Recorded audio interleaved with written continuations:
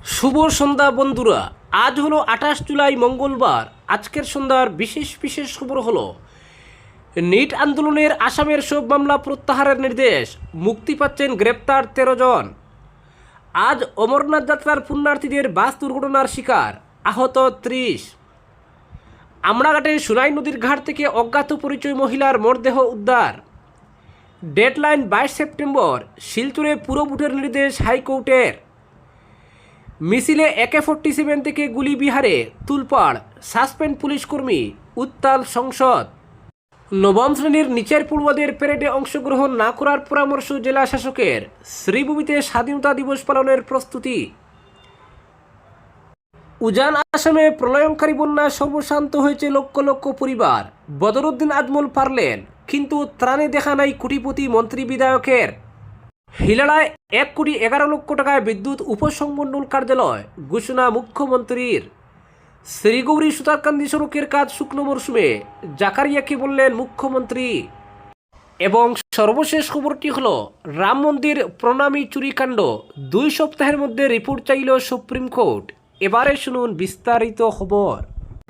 আমড়াঘাটের শনি মন্দির সংলগ্ন সুনাই নদীর ঘাট থেকে এক অজ্ঞাত পরিচয় মহিলার মরদেহ উদ্ধার করেছে পুলিশ। আজ মঙ্গলবার সকালে স্থানীয় বাসিন্দারা নদীর ঘাটে মরদেহটি দেখতে পেয়ে কচুদরং থানায় খবর দেন। খবর পেয়ে পুলিশ দ্রুত ঘটনাস্থলে পৌঁছে মরদেহটি উদ্ধার করে এবং প্রয়োজনীয় আইনি প্রক্রিয়া সম্পন্ন করে তদন্ত শুরু করে। মৃত মহিলার পরিচয় শনাক্তের পাশাপাশি মৃত্যুর প্রকৃত কারণ উদ্ঘাটনের তদন্ত চালানো হচ্ছে বলে পুলিশ সূত্রে জানা গেছে। এদিকে প্রশাসনের পক্ষ থেকে জানানো হয়েছে, তদন্ত শেষ না হওয়া পর্যন্ত ঘটনার বিষয়ে কোনো গুজব বা বিভ্রান্তিকর তথ্য প্রচার না করার জন্য সকলের প্রতি অনুরোধ জানানো হচ্ছে। আনুষ্ঠানিকভাবে তথ্য প্রকাশের পরই ঘটনার বিস্তারিত জানানো হবে। পরবর্তী খবরটি হলো নিট আন্দোলনের সব মামলা প্রত্যাহারের নির্দেশ, মুক্তি পাচ্ছেন গ্রেপ্তার 13 জন। নিট ইউজি প্রশ্নপত্র ফাঁসের অভিযোগ এবং তৎকালীন কেন্দ্রীয় শিক্ষামন্ত্রী ধর্মেন্দ্র প্রধানের পদত্যাগের দাবিতে আসামে অনুষ্ঠিত আন্দোলনকে কেন্দ্র করে দায়ের হওয়া সমস্ত মামলা প্রত্যাহারের সিদ্ধান্ত নিয়েছে রাজ্য সরকারের স্বরাষ্ট্র বিভাগ। পাশাপাশি ওই আন্দোলনের সময় গ্রেপ্তার হওয়া 13 জনকে অবিলম্বে মুক্তি দেওয়ার নির্দেশও জারি করা হয়েছে। সোমবার রাতে রাজ্যের স্বরাষ্ট্র বিভাগের অতিরিক্ত মুখ্য সচিব অজয় তিওয়ারি এই সংক্রান্ত নির্দেশ জারি করেন। স্বরাষ্ট্র বিভাগের প্রকাশিত এক বিবৃতিতে জানানো হয়েছে, 26 জুলাই সন্ধ্যা 6টা পর্যন্ত নিট ইউজি পরীক্ষায় কথিত অনিয়মের প্রতিবাদকে কেন্দ্র করে আসামে মোট 5টি মামলা দায়ের করা হয়েছিল। এসব মামলায় মোট 13 জনকে গ্রেপ্তার করা হয়। বিবৃতিতে আরও বলা হয়েছে, এই আন্দোলনের সঙ্গে যুক্ত কোনো ব্যক্তির বিরুদ্ধে রাজ্যের কোনো পুলিশ কর্তৃপক্ষ ভবিষ্যতে আর কোনো প্রতিকূল আইনি ব্যবস্থা গ্রহণ করবে না। এছাড়া তদন্ত বা বিচার প্রক্রিয়া যে পর্যায়ে থাকুক না কেন, আইন অনুযায়ী সংশ্লিষ্ট সব মামলা প্রত্যাহারের প্রক্রিয়া অবিলম্বে শুরু করা হবে। সরকার জানিয়েছে, ইতিমধ্যে গ্রেপ্তার হওয়া ব্যক্তিদের দ্রুত মুক্তি দিয়ে এই বিষয়টির নিষ্পত্তি করা হবে। উল্লেখ্য, আন্দোলনকারীদের বিরুদ্ধে দায়ের করা এফআইআর প্রত্যাহার না হলে ফের আন্দোলনে নামার হুঁশিয়ারি দিয়েছিল ককরোচ জনতা পার্টি। পরবর্তী খবরটি হলো দুর্ঘটনার কবলে পড়ল অমরনাথ যাত্রার পুণ্যার্থীদের বাস। আজ সকালে দুর্ঘটনাটি ঘটেছে জম্মু ও কাশ্মীরের গান্দেরবল জেলায়। জানা গিয়েছে, প্রায় 50 জন পুণ্যার্থী বোঝাই বাসটি আজ সকালে বালতাল বেস ক্যাম্প থেকে শ্রীনগর যাচ্ছিল। সেই সময় সোনমার্গ সড়কে দুর্ঘটনাটি ঘটে। প্রাথমিক তথ্য অনুযায়ী চালক নিয়ন্ত্রণ হারালে বাসটি রাস্তা থেকে ছিটকে প্রায় 20-25 মিটার নিচে রাস্তার ধারের একটি বাড়ির ছাদের গিয়ে সোজা ধাক্কা মারে। এই দুর্ঘটনায় অন্তত 30 জন যাত্রী সামান্য আহত হয়েছেন। তবে স্বস্তির বিষয় যে এই ঘটনায় এখনও পর্যন্ত কোনো প্রাণহানির খবর পাওয়া যায়নি। এই ঘটনায় বাড়িটি ক্ষতিগ্রস্ত হলেও সেটি বাসটিকে আরও বড় দুর্ঘটনার হাত থেকে বাঁচিয়েছে, কারণ বাড়িটি না থাকলে পুণ্যার্থী বোঝাই বাসটি সোজা গিয়ে সিন্ধু নদে পড়ে যেত। পরবর্তী খবরটি হলো মিছিলে AK-47 থেকে গুলি বিহারে, তুলপাড়, সাসপেন্ড পুলিশ কর্মী, উত্তাল সংসদ। লাঠি, প্যালেট গেন কাঁদানে গেছেই তেমে নেই। বিহারে বিক্ষোভরত ছাত্র যুবক মিছিল লক্ষ্য করে চলেছে গুলিও, তাও AK-47 থেকে 8-10 রাউন্ড। তাতে আহত হয়েছেন কয়েকজন। হাসপাতালে কাতরাচ্ছে 15 বছরের মোহাম্মদ আরিফ। ঘটনার প্রতিবাদে ফুঁসছে বিরোধীরা। অমিত শাহের জবাবদিহি তো বটেই, ইস্তফার দাবিতে উত্তাল হলো সংসদ। চাপে পড়ে ভাইরাল ভিডিওতে গুলি চালাতে দেখা অভিষেক প্যাটেলকে বরখাস্ত করা হলো। বিহার পুলিশের সিওয়ান জেলার ডিস্ট্রিক্ট ইন্টেলিজেন্স ইউনিটের কনস্টেবল তিনি। ককরোচ জনতা পার্টির যন্ত্র মন্ত্রের বিক্ষোভে আগুন চড়িয়েছে বিহার থেকে বাংলা। একদিকে যখন দিল্লিতে মোদী সরকার মাথা নত করে ছাত্র যুবর দাবি মেনে নিচ্ছে, তখন বিহারে AK-47 থেকে গুলি ছুটছে ডবল ইঞ্জিন পুলিশ। এগিয়ে গিয়েছে পিস্তল উঁচিয়ে, এমনকি গুলি চলার কথা স্বীকার করে নিয়েছেন সিওয়ান জেলার SP পূরণ কুমার ঝা নিজেও। আর সেই স্বীকারোক্তির খবর আসা মাত্র প্রতিবাদে ফুঁসে উঠছে বিরোধীরা। বিরোধীদের প্রশ্ন, ছাত্র দরদ দেখাতে সোশ্যাল মিডিয়ায় প্রায় কোণে কোণে ভিডিও বার্তা দিচ্ছেন প্রধানমন্ত্রী, সংসদে কেন আসছেন না? তাই প্রধানমন্ত্রী সদন মে আও, অমিত শাহ ইস্তফা দো স্লোগানে উত্তাল করে তুলল বিরোধীরা। সকালে সংসদ চত্বরে বিক্ষোভ, পরে লোকসভার ওয়েলনেমে প্লেকার্ড হাতে প্রতিবাদ। পরবর্তী খবরটি হলো, আগামী 22 সেপ্টেম্বরের মধ্যে শিলচর পুর নিগমের নির্বাচন করাতে রাজ্য সরকার ও রাজ্য নির্বাচন কমিশনকে নির্দেশ দিল গৌহাটি হাইকোর্ট। দীর্ঘদিন ধরে নির্বাচিত বোর্ড বিনে চলা পৌর নিগমের নির্বাচন করাতে হাইকোর্টে আবেদন করেছিল প্রগতিশীল নাগরিক মঞ্চ শিলচর। এই আবেদনের শুনানি গ্রহণ করে গত 22 জুলাই হাইকোর্ট নির্বাচন করানোর নির্দেশ জারি করে এক্ষেত্রে অগ্রাধিকারের ভিত্তিতে 2 মাসের মধ্যে তা সেরে নিতে বলেছে। সেই হিসেবে 22 জুলাই নির্দেশ জারির দিন থেকে নির্বাচন করানোর 2 মাসের সময়সীমা শেষ হচ্ছে আগামী 22 সেপ্টেম্বর। সোমবার শিলচরে প্রগতিশীল নাগরিক মঞ্চের পক্ষ থেকে সাংবাদিক সম্মেলন ডেকে হাইকোর্টের নির্দেশের কথা জানিয়ে আশা ব্যক্ত করা হয়েছে, এবার নিশ্চয় বেঁধে দেওয়া সময়সীমার মধ্যে নির্বাচন করাবে সরকার। পরবর্তী খবরটি হলো, আজমল পারলেন কিন্তু ত্রাণে দেখা নেই কোটিপতি মন্ত্রী বিধায়কের। উজান অসমে প্রলয়ঙ্কারী বন্যায় সর্বশান্ত হয়েছে লক্ষ লক্ষ পরিবার। এই পরিস্থিতিতে UDF সুপ্রিমো বিধায়ক বদরুদ্দিন আজমল ছাড়া রাজ্যের অন্য কোটিপতি জনপ্রতিনিধিদের সামাজিক দায়বদ্ধতা নিয়ে সর্বত্র প্রশ্ন উত্থাপিত হয়েছে। নাগাল্যান্ডের প্রবল বৃষ্টিপাতের ফলে দিখৌ, দিসাং, জাজিসহ উজান আসামের প্রতিটি নদীর জল মহাপ্রলয়ের রূপ ধারণ করে। বিশেষ করে শিবসাগর, যোরহাট, চড়াইদেউ জেলায় বন্যায় লক্ষ লক্ষ মানুষ গৃহছাড়া হয়েছেন। ভয়ঙ্কর এই বন্যায় এ পর্যন্ত 68 জন লোকের মৃত্যু হয়েছে। বন্যার জুড়ে তলিয়ে যাওয়া অনেকেরই সন্ধান পাওয়া যায়নি। এই মহা দুর্যোগের সময় বিভিন্ন মানবদরদী ব্যক্তি উজান আসামের বন্যাক্রান্তদের প্রতি সাহায্যের হাত বাড়িয়ে দিয়েছেন, কিন্তু রাজ্যের কোটিপতি জনপ্রতিনিধিদের উদাসীনতায় সচেতন মহলকে ভাবিয়ে তুলছে।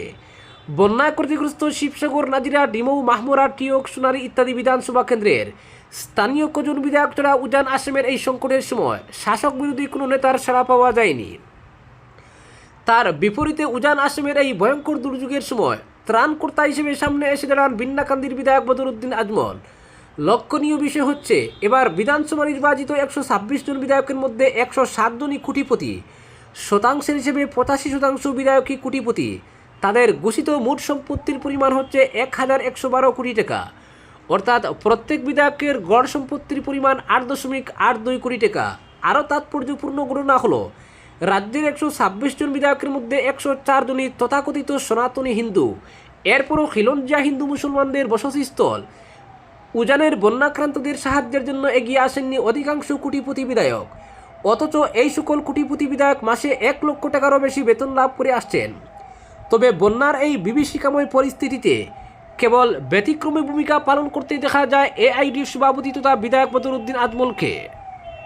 আজমল ইতিমধ্যে বন্যা বিধ্বস্ত উজান আসামে 3 দিন ভ্রমণ করে বন্যাক্রান্তদের প্রায় 2 কোটি টাকা নগদ অর্থসহ খাদ্য সামগ্রী বিতরণ করেছেন বলে খবরে প্রকাশিত হয়েছে। আজমল ছাড়াও উজান আসামের বন্যাক্রান্তদের পাশে থাকতে দেখা গেছে রাজ্যের 2 মন্ত্রী কেশব মহন্ত ও বিমল বরাকে। তবে এই 2 মন্ত্রী অবশ্য সরকারি দায়িত্ব পালন করেছেন।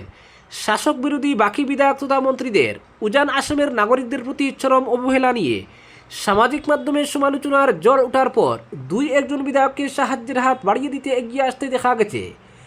এর মধ্যে বরক্ষেত্রীর বিধায়ক নারায়ণ ডেকা কেবল নাজিরা কেন্দ্রের জন্য 4 ট্রাক খাদ্য সামগ্রী নিয়ে বন্যাক্রান্তদের কাছে হাজির হয়েছেন। বিজেপির এই বিধায়ক 50 লক্ষ টাকার খাদ্য সামগ্রী প্রেরণ করেছেন বলে দাবি করা হয়েছে। এদিকে রঙ্গানদী বিধানসভা কেন্দ্রের বিধায়ক ঋষিরাজ হাজারিকা 10,000 বানবাসীদের মধ্যে ট্রাকে খাদ্য সামগ্রী প্রেরণ করেছেন। হাজো সোয়ালকুচির বিধায়ক প্রকাশ দাস কোনো ত্রাণ সামগ্রী প্রেরণ না করলেও মুখ্যমন্ত্রীর ত্রাণ তহবিলে 1 লক্ষ টাকা দান করেছেন। ইতিমধ্যে উজান আসামের বানবাসীদের পাশে উপস্থিত হয়েছেন কংগ্রেস বিধায়ক জয়প্রকাশ দাস, আফতাবউদ্দিন মোল্লা সহ একাধিক বিধায়ক। পরবর্তী খবরটি হলো, শ্রীগৌরী থেকে সুতারকান্দি সড়কের ভগ্নদশা নিয়ে বিধানসভায় সরব হয়েছেন বিধায়ক জাকারিয়া আহমেদ পান্না।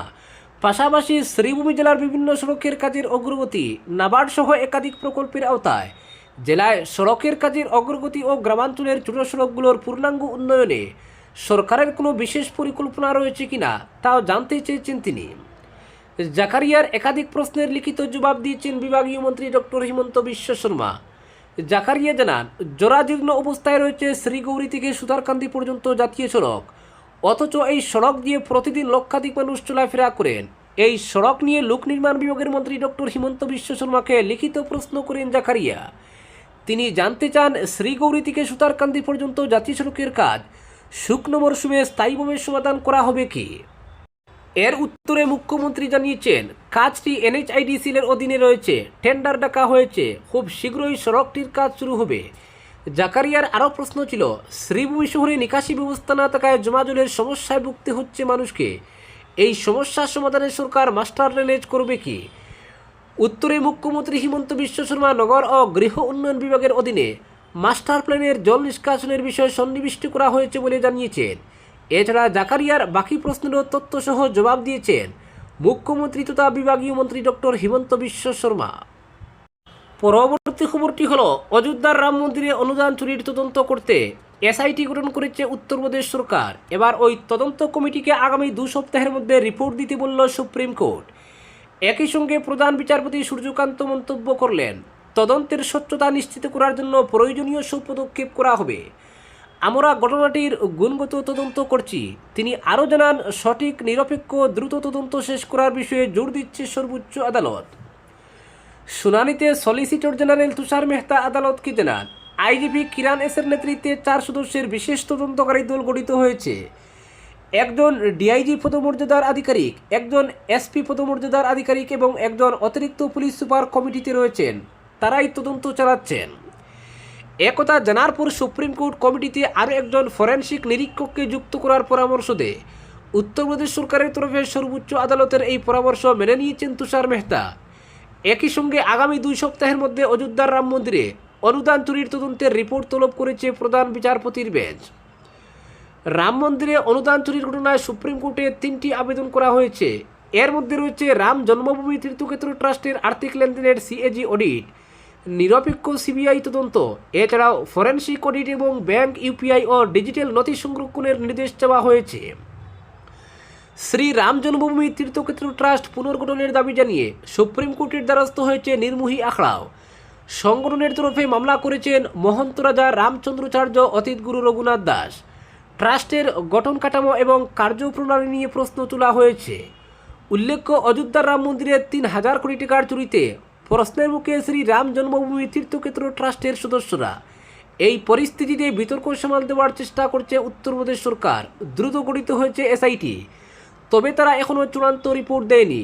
সূত্রের খবর, ট্রাস্টের প্রাক্তন প্রধান চম্পত রায়কে ও রিপোর্ট হিসেবে দোষী হিসেবে ধরা হয়নি, তবে অনেক বেশি কাঠগড়ায় তোলা হয়েছে মন্দির নির্মাণের দায়িত্বে থাকা অনিল মিশ্রকে। প্রসঙ্গত, রাম মন্দিরে নগদ প্রণামী জমা পড়েছে 3500 কোটি টাকারও বেশি, সঙ্গে অগণিত সোনার রূপার গয়না।